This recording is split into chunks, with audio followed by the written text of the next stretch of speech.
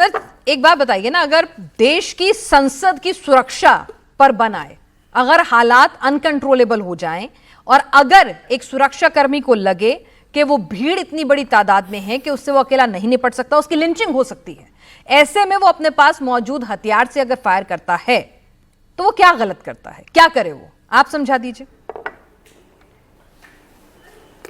नमस्कार पीनत जी, बिल्कुल आपने सही कहा है कि स्थिति अगर कंट्रोल करना है तो उसके नियम है और वो नियमों के तहत ही हमें कार्रवाई करना है। हमारी सेना बोलो, पुलिस बोलो, आरएफ बोलो, जो भी हमारी वहाँ पे सीआरपीएफ बोलो, उसको एक रूल्स है कि किस तरीके से प्रोटेस्ट को दबाना है, रोकना है। पैलेट गन के लिए बहुत बड़ी प्रक्रिया होती है, उस प्रक्रिया के बाद ही उसकी परमिशन मिलती है, ना कि कोई डीसीपी उसकी परमिशन दे सकता है, ना सीपी परमिशन दे सकता है, ना कोई सिपाही जो चलाने वाला है उसको अधिकार नहीं होता है कि वो अपने मर्जी से चला सके। और ये प्रोटेस्ट करने वाले कौन लोग थे? कोई उग्रवादी थे या कोई बाहर के कोई कंट्री के आए हुए थे या हमारे यहाँ के बच्चे थे? यहाँ पे मैं आपको होल्ड ऑन करना चाहूंगी, आप एक चीज सुन लीजिए, ना कोई था। एक चीज सुन लीजिए कि यहाँ पर एक चीज तो समझिए ना, क्योंकि आप भी सत्ता में रहे हैं, कई स्टेट में आपकी सरकार भी है, ये मैटर जो है सिर्फ एक लॉ एंड ऑर्डर का मैटर है जो कहीं भी किसी के समक्ष भी आ सकता है। तो ये जरा समझा दीजिए मुझे कि यहां पर आपने ठीक सवाल उठाया कि भाई दिल्ली जैसी जगह पर अगर प्रदर्शन हो रहा था तो पैलेट गन जैसा हथियार लेके आरएफ को किसने अनुमति दी बाहर जाने की, इस पर सवाल बनता है। लेकिन ये भी तो समझा दीजिए ना आप हमें कि भाई अगर संसद की स्थिति इस तरह की बन रही है तो फिर अगर एक सुरक्षा कर्मी को लगता है वो अपने विवेक से फैसला लेता है, ऑर्डर का कोई इसमें जरूरत नहीं है। अभी जितनी हमने कुछ लोगों से बातचीत की उन्होंने कहा कि एसओपीज होते हैं और हर सुरक्षा कर्मी के पास वो एसओपीज उसको समझाए गए होते हैं और उस हिसाब से वो रिएक्ट करता है। ऐसा नहीं है ना कि बीच प्रदर्शन में आप पहले अपने डीसीपी को या अपने सीनियर ऑफिसर को फोन करके पूछेंगे कि भाई भीड़ ने घेर लिया, चलाऊं कि नहीं।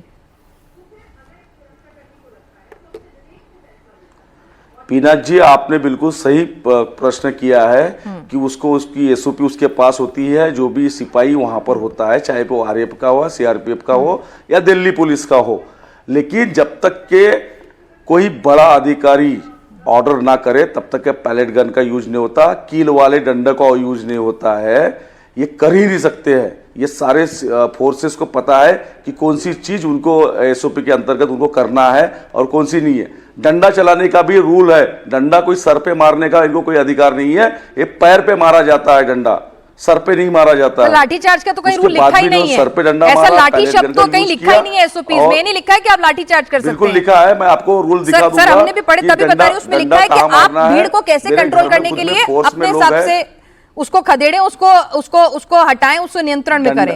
ऐसा नहीं कि लाठी चार्ज नाम का कोई शब्द नहीं है। पीनत जी, लाठी चार्ज का रूल है और वो उसके नियम के तहत वो सिपाहियों को समझाया जाता है कि डंडा कहाँ चलाना है। सर पे मारने का कहीं रूल नहीं है, ना उसमें कील वाला डंडा लेके मारना है।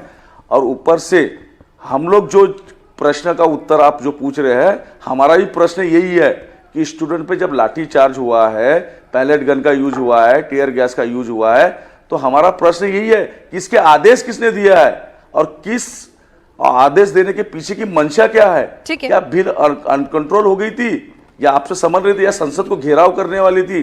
यही तो प्रश्न का उत्तर संसद में 27 वीडियो रिलीज तो हुए सर, वीडियो रिलीज तो हुए सर। राहुल गांधी ने एक वीडियो दिया, उसके जवाब में दिल्ली पुलिस ने चप्पे चप्पे पर दिल्ली पुलिस में जो एरिया है हाई सिक्योरिटी जोन है वहां से सारे वीडियो रिलीज तो किए हैं, आप लोगों के सामने है, आप देखिए। आप तो सांसद हैं, आप लोगों की सुरक्षा के लिए ये कदम उठाया गया था इररिस्पेक्टिव ऑफ पार्टी। जगह पे क्या घेराव कर लिया था उन्होंने? नहीं, आप देखिए ना कितने करीब तक पहुंच गए सर, ये आप देखना नहीं चाहते हैं, मैं ये पूछना चाहती हूं। हाँ बिल्कुल, कितने करीब तक के पहुंचे थे बताइए, कहाँ पहुंचे थे, कौन से गेट पे संसद के गेट पे पहुंच गए थे? अपनी टीम से कहती हूँ, आपको नहीं दिखी होंगी तो मैं दोबारा दिखवा देती हूँ। एक दो नहीं कई वीडियोस हैं, एक एक करके आपके स्क्रीन पर दिखेंगे, आप देखिए, आप देखिएगा। बैरिकेडिंग पे थे, हाँ रेल भवन की बैरिकेडिंग, और वहां से जो गेट है ना, मुश्किल से अगर सर पीछे वाला जो बैक गेट है वो बहुत करीब है, मुश्किल से कुछ मीटर दूर रह जाता है। और सुनिए, बिल्कुल सही बात है, रेल भवन के बैरिकेडिंग पे पहुंचे थे। बैरिकेडिंग तोड़ा क्या उन्होंने? हाँ, उस पर चढ़ रहे थे, देखिए वीडियो है। बिना बैरिकेडिंग तोड़े लाठीचार्ज किया गया। हाँ, वीडियो है। नहीं नहीं नहीं नहीं, बिल्कुल नहीं। सुनिए सुनिए सुनिए, 10 सेकंड। 1-2 लोग अगर आप कांग्रेस के सांसद हैं, पूरे सांसद इसी बैरिकेटिंग पर घर पे पहुंच गए थे, तो क्या हमने घर के अंदर घुस गए हम लोग? इसी बैरिकेटिंग पर इंदिरा जी के समय में जब गौसेवक पहुंच गए थे तो 55 को गोली मार दी थी माथे में, जिंदा मौत के घाट उतार दिया गया था। आज आप कह रहे हैं कि नहीं नहीं वो तो बैरिकेटिंग पर चढ़े तो क्या हो गया, लाठी क्यों चलाई, सर में क्यों मारी? अरे गोलियां मार दी थी आपने, 50 से ज्यादा लोग मर गए थे।